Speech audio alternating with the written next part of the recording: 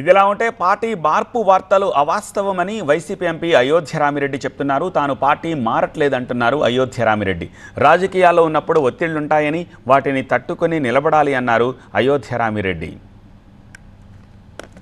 అవన్నీ నేను ఆల్రెడీ చెప్పాను కదా, ఖండించాను కదా. బట్ ఆల్రెడీ అన్నీ రాంగ్, అదంతా రాంగ్.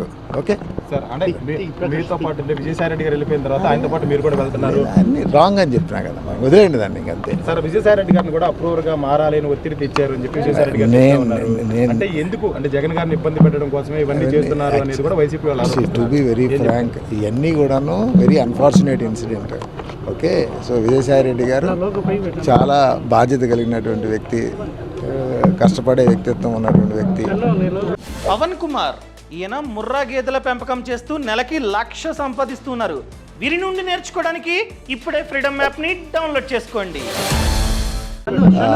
సో ఆయన ఆ పార్టీని వీడాలంటే ఏదో ఉండుంటుంది, ఆయనకి ఏదో ఇష్యూ ఉండుంటుంది. బట్ ఒకటి మనం అందరం కూడా చూడాల్సింది ఏంటంటే, మీకుంటుంది, మీకు కొంచెం కన్సర్న్ ఉంటుంది ఏం జరుగుతుంది ఏంటి అనేసి. ప్రజలు కూడా తెలియాల్సిన విషయం అది ఆయనే చెప్పేసేసాడు, నేను ఎందుకు వీడాల్సి వస్తుంది రాజకీయం అనేది. బట్ వీటన్నిటికీ ఇంతటితోటి అట్లా వదిలేసేద్దాం. ఒక్కోసారి ప్రెజర్స్ ఉంటాయి, అందరూ తట్టుకోలేరు కదా. ఆయన రాజకీయ నేపథ్యం నుంచి వచ్చిన వాళ్ళకి తెలుస్తాయి కొన్ని, వేరే ప్రొఫెషన్స్ నుంచి వచ్చిన వాళ్ళకి అంత ఈజీగా ఉండదు. ఒక్కోసారి 100 మార్కులు వస్తాయి, ఒక్కోసారి 0 మార్కులు వస్తాయి.